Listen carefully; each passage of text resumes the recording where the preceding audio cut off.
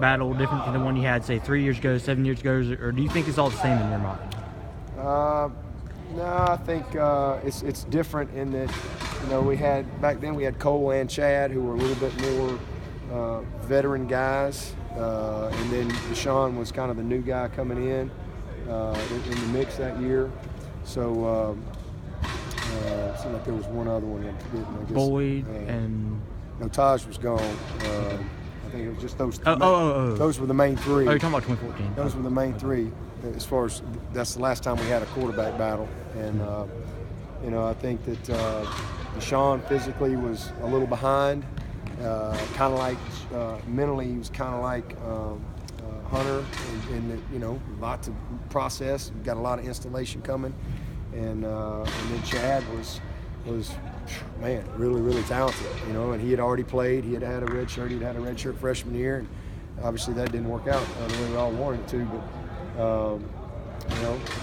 they got better. They got better as the spring went, and competition continues, and that's the way it'll be this spring. No matter what happens, we don't play till September, so you got a lot of work to do between now and then, and everything counts. You got to win it every day. You got to prove it every day.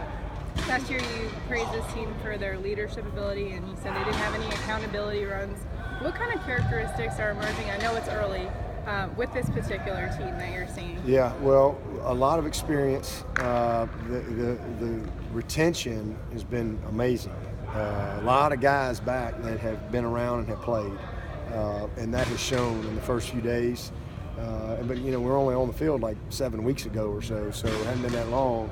And that's shown. And then the amount of time that we had to rep a lot of the young guys in our bowl prep and all that is it's priceless, as far as preparing them for where we are right now. But we just had our first accountability run tonight, and nobody had run.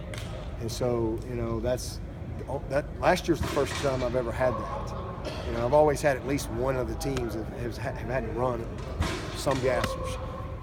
Because somebody's not pulling his weight, but none tonight. And so, I think that the leadership of this team is starting to mesh and develop a little bit. We're a junior sophomore football team. That's where the numbers are in our squad. Last year we were a freshman sophomore team. We didn't have many juniors or seniors, but they were very strong leaders. And this year we only got 7 scholarship seniors. So the majority of our leadership is a junior group, and there's a bunch of impactful people in that group. So I think that we're up and running. I'm very pleased. Again, this is the first time I've even looked at it, and I got the report tonight. And we went through it, and nobody had to run. So they're demonstrating that they can, and that they're not getting complacent or content with the little things, because the little things lead to big things. You said last week that Logan Rudolph is kind of a tweener. Are you any closer after early analysis where he fits in? No. He's just, man, that kid's a football player, though. I'll tell you that. He's a guy that he'll strike you. He's got some explosiveness to him. We're moving him around and just trying to, challenge him in some other areas and things that he hasn't done. But if you just stick his hand in the ground and say, go get the quarterback, then he's a natural. And fortunately, we blitz our linebackers a lot, so he brings a lot to the table from that standpoint. Has anyone or anything surprised you so far? Anyone or anything? Not really.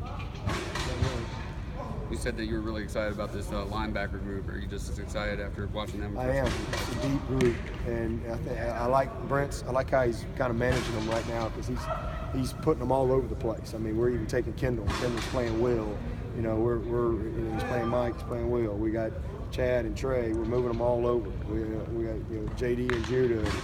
Dorian is pretty much staying out there at the Nick Sam, but it's Jalen's been everywhere. So we're challenging those guys and cross-training those guys, because we're trying to find who's the best four, and how do we line them up? What gives us the best chance? But it's a deep group. It's a really deep group. It's going to be really good. Tony says Powell was looking pretty good out there. Your thoughts on him so far? Cornell? Yeah. He's doing good. He's a great young talent, and glad he got a chance to get a taste of it last year. Obviously, we had some veteran guys in front of him, but he's a guy that is excited for his opportunity. I'm probably most pleased with Ray offensively. I mean, he's just, it's like the lights kind of come on for him a little bit. And, as far as just work ethic, his practice habits. He's grinding out there, and I love that. And then Cornell's not happy. He's not content to be second. He's pushing. So it's just a great situation. We've got two good players there, but love what I'm seeing out of Ray. And but Cornell is a guy, and we'll probably cross-train him some. But he'll be a guy that'll be a big factor for us this season. Are Overton and Chase ready to take a big step